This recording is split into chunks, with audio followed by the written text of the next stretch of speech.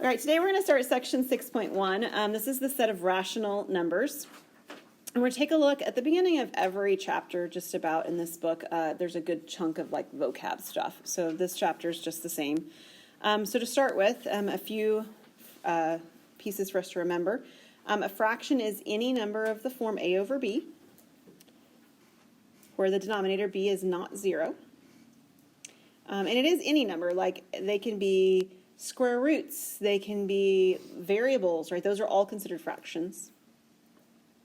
The numerator is the top value on the fraction, and the denominator is the bottom value of a fraction. And then rational numbers are a more narrowly defined description than fractions. Rational numbers actually have to have an integer on top and an integer on bottom, or be able to be changed into something that does. So maybe it shows up differently to start with, but you can manipulate it some way appropriately with math, right? And it can change into something that has integers on top and bottom. Still no b, the denominator that is equal to 0. There are 4 uses of rational numbers that we're going to talk about. The first one is rational numbers as a solution. So rational numbers allow us to solve equations. So we're going to use in solving equations like 2x equal 1. If all we had are whole numbers, right, like 0, 1, 2, 3, 4, we couldn't solve this equation. Because 0 doesn't work, 2 times 0 is 0, 1 doesn't work, 2 times 1 is 2. So we would not be able to get to the 1. So we need rational numbers for that purpose. Partition is another one. So an example of a partition is something like this. 1/4 of my salary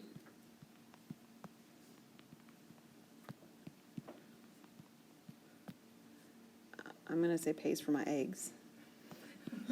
Man, eggs these days. Eggs or gas. I know gas is more, but we'll just be funny. Okay, so it's a certain percentage of something, but it's written in a fractional form, right? So rational numbers give us that fractional form of something. So 1/4 of something paying for something. Ratio. This is one that you hear about a lot in the profession that you have chosen. This example anyway. The teacher-student ratio. You heard that one? It may have been something you even considered when you were looking for colleges. I hope it was. We have a really good teacher-student ratio at OBU. The teacher-student ratio is 1 to 8. And it can be written like that, or it can be written, right, like that. Either of those are acceptable ways of writing that ratio. And the last one is probability. Probability would be an example of that would be something like this. When you roll, the right roll, a die, it's been a long day, you have a 1/6 probability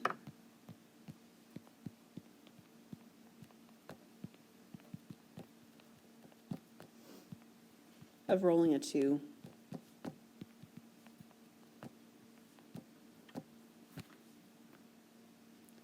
So those are some reasons why we need rational numbers.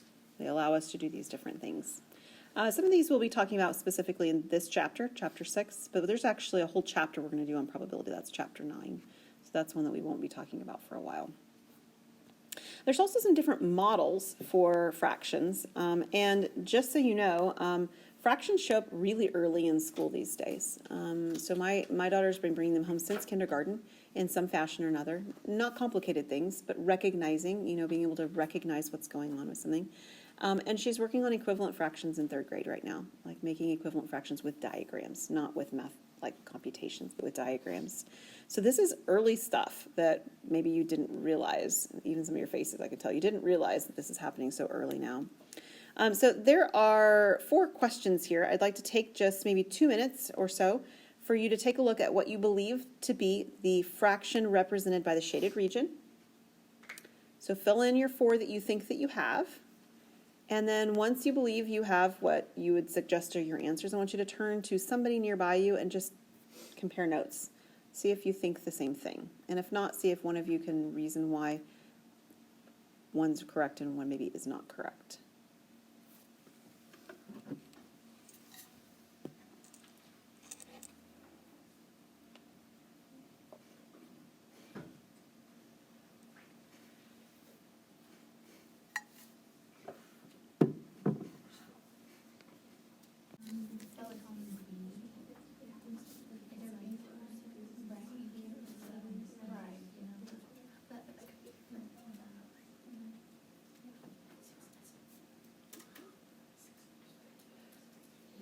So maybe not as straightforward as the question looked like, right?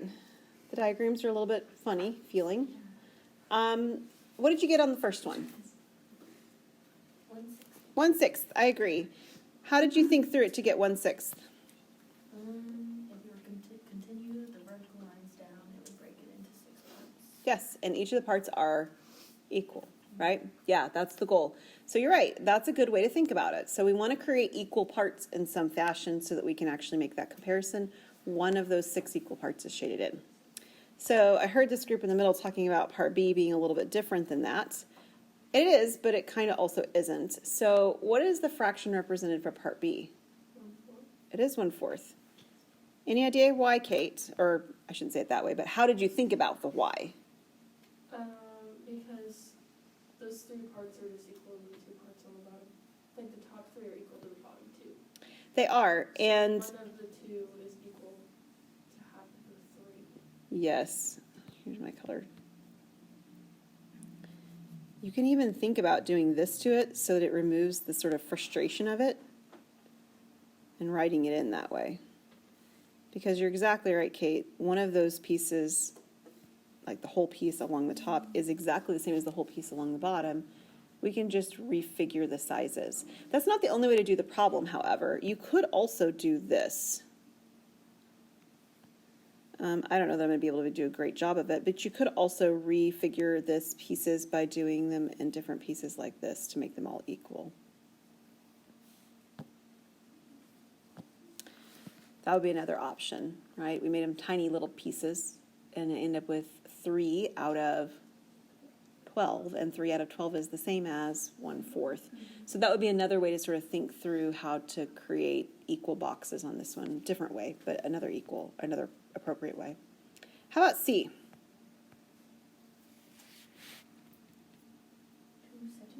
2/7. Okay, so if you really counted, it's really not a hard, complicated question, but what might the tendency be to say when you see this particular diagram? Maybe 2/5. There's another one that's a little bit more common, though. Like 1/4, Maybe 1/4 or 2/8.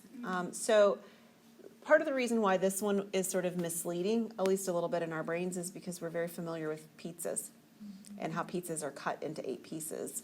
That's a very common image for us, and so it's sort of drawing on that prior knowledge in a sort of negative fashion, right? So just something to keep in mind.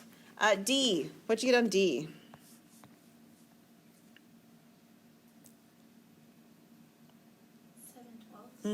7/12. 7/12. D is uniquely different than the other 3. Like, it is a completely different type of diagram. A, B, and C are diagrams that are called wholes. They're part of a whole diagram. This D one is a set diagram, and so it's different pieces of sets of objects that are shaded in. So we'll get to those models next time. Maybe we'll get to it this time, but let's do the historical notes next anyway. All right, historical notes. Egyptians used fractions, that's a long time ago, with numerators of 1 for numbers like 7/12. They would rewrite it as 1/4 plus 1/3. And raise your hand if you're glad we don't do that anymore. Me too. That'd be really challenging. I mean, even just taking the 7/12 and breaking it down into the 1/4 and 1/3 that we can do it is not a simple thing to do. You have to know how to break it apart to do that. The Greeks actually adopted fractions with denominators of 60 from the Babylonians, and it's still presently used in the measurement of angles, right? Angle degrees, 60 is a common one, right? And the Hindu developed our modern bar between the numerator and the denominator, and that came into use in Europe in the 1500s. So rational numbers, specifically fractions as they're referencing here, have been around a long time. We've been using some fashion of them for quite some time.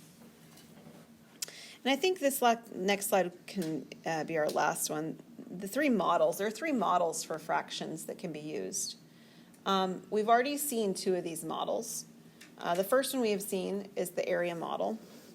And we're going to use for all of these the example 3/4 and show what the model looks like if we draw it with this. There's a lot of different models, a lot of different images that I could draw for the area model.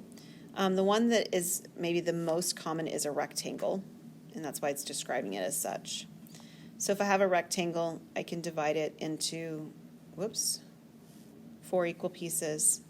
And if I'm wanting the fraction to be 3/4, which is what I've indicated, I would shade 3 of the 4 boxes. And there's nothing special about the rectangle. It really didn't have to be a rectangle. Over here, we did a couple of them with rectangles and we did one with a circle, right? So it could be another object that gets divided up. The second model we haven't seen an example of yet. It's the number line model. It is a really common one used though. So again, we're going to use the fraction 3/4. So we have a number line. My daughter has been working with these a lot, my third grader, in her classes right now. It starts with 0 and it ends with 1, right, in terms of looking at fractions anyway. And if we want to make the fraction 3/4, we need to have 4 spaces between. 4 is a pretty nice number because it subdivides in even pieces. So we can do it in half, and then I could do it in half again. I'd like to make one common mistake notice, though. So the thing that will happen a lot of times is that kids will think they need 4 dashes between the end points, but they need 4 spaces between. So we have 4 spaces if I make 3 dashes. So that's something to be aware of. One of the things that I've been showing my daughter as we've worked with these and trying to figure out how many she needs is that she can label them. This is 1, 2, 3, and the place where she needs to end is actually the number 4. And then she can go back and she can write them all over 4s so that she can see that the 4/4 at the end is the one that it should have been. That seems to be working pretty well for her right now. And then we're marking 3/4 on the number line like this. And the last one is a set model. The set model works pretty well when we are creating it ourselves. If we're given objects already, it's not super easy to work with. But we're going to use the 3/4. And so the easiest way to do the set model is I have 3/4 shaded in, so I'm going to draw 4 identical objects. Oh, that's not what I wanted. You okay, Lauren? I'm good. Okay. So we draw 4 objects as best as we can to be approximately, the same. And then we would shade in 3 of them.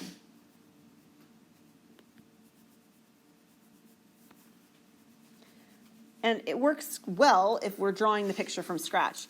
It doesn't work so well if somebody gives us the image and it doesn't have 4 circles, right? What if they give you 5 circles to start with and they say, find 3/4 of this? That's a really challenging way to think about that problem, and the set model doesn't work very well for that. But if we can draw the picture ourselves, this is what it would look like. All right, so we're going to stop there for today, and we'll pick up on Theorem 6.1 next time.